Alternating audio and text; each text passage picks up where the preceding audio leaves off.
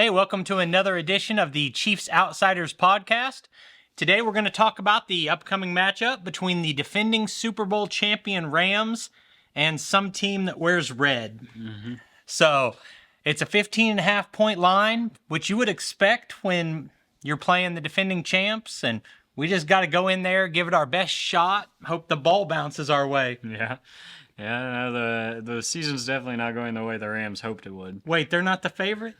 No. Okay, so how did we get here? How are the Rams such a big underdog? Well, I know that they've had just an incredible amount of injuries, really, on the offensive line. I think genuinely they are down to like their second or third guy at every spot, and it's like one guy gets healthy for one game, and then the guy next to him goes down. So they've had no consistency at that spot all year. And then Cooper Kupp is on IR. I doubt they even bring him back, really. So not the same team. Yeah, so when your quarterback and your backup quarterback and your MVP candidate number one receiver go down, all of that probably moves the line 7 points. Mm-hmm. But they were already really struggling to block. The defense has been pretty average, in my opinion, this year, even though they still have some big-name players on that defense. Aaron Donald is absolutely, if not, to me, he's the best defensive player I've ever seen. I didn't get to watch Lawrence Taylor. But so if not the best ever, he's the second best defensive player of all time.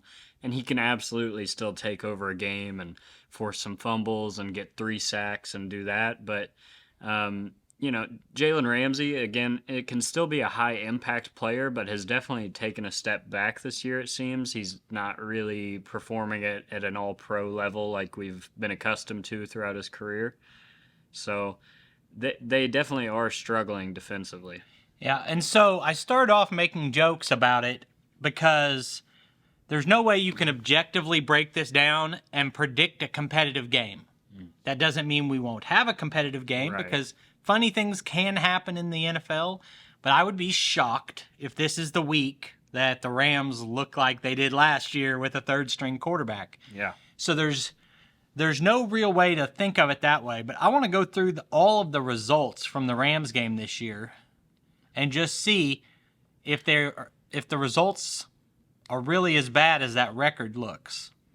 So they were destroyed by the Bills first game of the season, although they were in that game at half. It felt lucky to be in it. Then you had they beat the Falcons, and they beat the Cardinals. At that point, you got a 2-1 team. Then they were beat pretty badly by the 49ers, pretty badly by the Cowboys. Then they beat the Panthers. I like looking at these best game and worst game, how consistent were they. So then the 49ers killed them. They hung in with the Bucs, who have been struggling themselves. They lost by 2 scores to the Cardinals, who have really been struggling.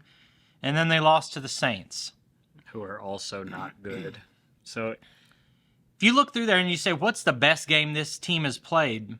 Maybe 31-27 against the Falcons? That's not that impressive, and that was in week 2 before these injuries happened. Right. If I could draft a team for Kansas City to play this week, it's 32 teams, it's like the draft. I get to pick the opponent. I don't know if there's any team I would rather play than the Rams. Maybe the Texans, but we get them in about 3 weeks. Yeah. And then that's the thing is we talked about the defense struggling, especially to expectation for what they were last year, which losing Von Miller is a large part of that, I would think. But their offense has been horrible. Like, the only offense in the league that's competing with the Broncos for terribleness. They cannot score on anybody. And that's obviously not going to change with Stafford and Kupp out of the lineup. So that's who the Rams are. There's not a lot to get excited about with the Rams. So let's talk about the negative going on with Kansas City right now. I can't say we're decimated by injuries, but this is probably the most injuries we've had at one time this season from a team that's been pretty healthy. Yeah. So this week, we had Juju come back today. Mm-hmm. I mean, are you expecting him to play? I am. I mean, he was a full participant today, so I think that's a pretty good sign for the first day of the week. And if nothing went wrong in today's practice, my understanding was that making it through today's practice is what gets him cleared. Mm-hmm. So, yeah, I think Lamons is also cleared. We had Tony and Joe Tooney did not participate today. I wouldn't worry about Joe Tooney. He's never missed a start in his career. That's probably some veteran rest. And then I'd expect Kadarius Toney to be held out for probably a couple weeks. But Juan Thornhill, which we were kind of concerned with, calf injury, and then I guess it was reported that Andy was just being overly cautious with the turf and SoFi having a bad reputation. So that's probably why he didn't return, but he was limited today. So we're assuming, honestly, the team should be mostly healthy relative to expectation. So Tony was a new addition. Mm-hmm. So if Juju plays, you're really down one wide receiver from what they've had all year, which is Hardman. And that's just more snaps going to Sky Moore. I feel like we're perfectly fine there. Really, I'm not too concerned. If you had a week this year that you would rather be the week where you're dealing with injuries, I would let some of these guys rest if they're questionable. Yeah, definitely. Because that's the thing is, like you said, any given Sunday, that's the mantra. Any team can beat you. The ball's a funny shape and it'll bounce weird ways, but it's like the Colts game in that the Chiefs would have to have a litany of self-inflicted mistakes and have the ball bounce the Rams' way to lose this game. I guess one thing we could talk about is this quarterback we're going to most likely see. It's Perkins. Bryce Perkins, yeah. So is this a running quarterback?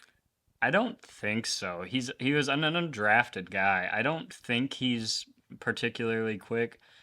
Not that I've seen anyway. I really don't know anything about him, and I watch a decent number of Rams games. But I don't like I said, I don't see any way that the Rams can be competitive here. I mean, just on Monday, they released two guys who had played every game for them, who had started every game. In Ryan Hollins, who is an outside linebacker pass rusher, who he's not a high impact player, but he's a fine player who, like I said, he'd started every game. And then Darrell Henderson, who has been with that team for years and been a contributor on and off, and neither of those moves make any sense to me. It seems like they are fully in for let's just lose every game the rest of the way and see what happens next year. They don't really get to the opportunity to tank for anybody, though, because they don't even have their first round pick. They're tanking to improve their 5th round draft selection this year. Yeah. So there's not a whole lot to really dissect with this game. So let's look at a couple of things that were newsworthy. There's not that much to dissect in this game. So let's just look at a couple things that are newsworthy for Kansas City. And there were a bunch of roster moves made today. The two most interesting things are Clyde Edwards-Helaire going to IR, which everyone knew was going to happen. Mm-hmm. And Andy didn't just say he has a high ankle sprain. He said he had a pretty significant high ankle sprain, which makes me think we could be looking at 8 weeks. It could be the rest of the year. I was going to say, if anything, honestly, especially with how his year is gone, I wouldn't be surprised if he's done for the year. Because at that point, even if he gets healthy come week 18, you're talking about trying to get him ramped up for the playoffs in what would probably be a pretty steady rotation at that point. Though it might depend on how the running game has been going. Have we had any other injuries in the backfield? Mm-hmm. But so that opens the door, hypothetically, for Ronald Jones. Andy said there was a very real chance that he would be active and even get some snaps in the game. And, he didn't have to say that. But Andy doesn't say a lot. So when he says something that actually isn't a cliche, then I take notice that we might see, Clyde's only been getting 5 carries a game on average the last 4 weeks. Mm-hmm. So we might see Ronald Jones getting 4 or 5 carries. And even if whether or not how much of it is Jones, I don't know. But I think if this game goes the way we think it will, and the Chiefs are up big in the middle of the second quarter, this should be another game where Isaiah Pacheco gets a real opportunity to establish himself and kind of get comfortable in an NFL season. I think I would like the idea, if it goes that way, to let Ronald Jones get 15 carries in the second half, and because it's all about keeping these backs fresh. Yeah. And you hear about the rookie wall, and however real you think that is, we don't want Pacheco to hit it. So Right. Which the good thing about that is he hasn't gotten a ton of work so far. But yeah, other things I think are worth talking about.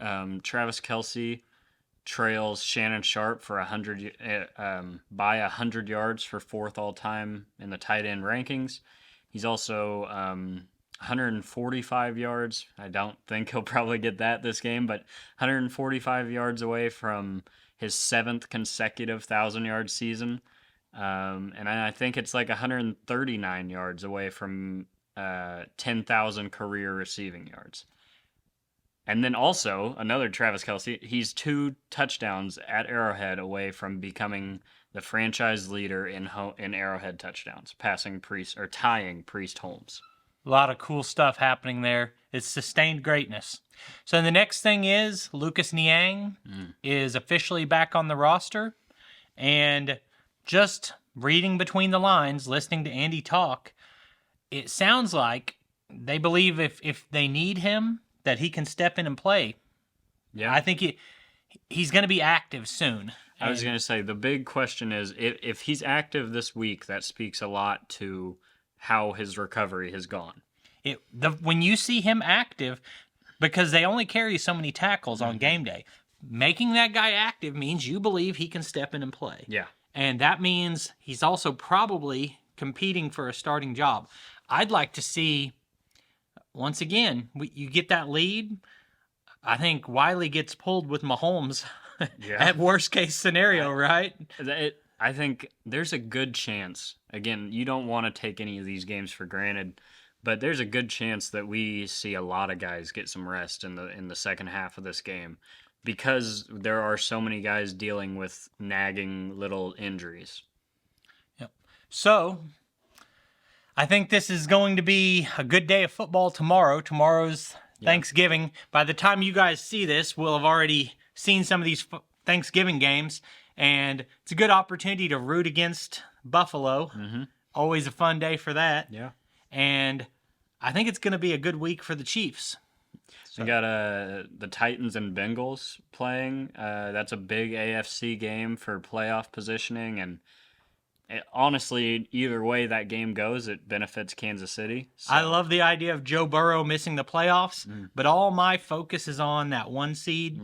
So we need one more loss from Buffalo, Tennessee, Baltimore, and Miami. In the next 7 weeks, we need 4 losses from each of those 2 teams for me to feel really confident that Kansas City is going to lock that up. Yeah. It's a lot of pressure to win out. Right. So.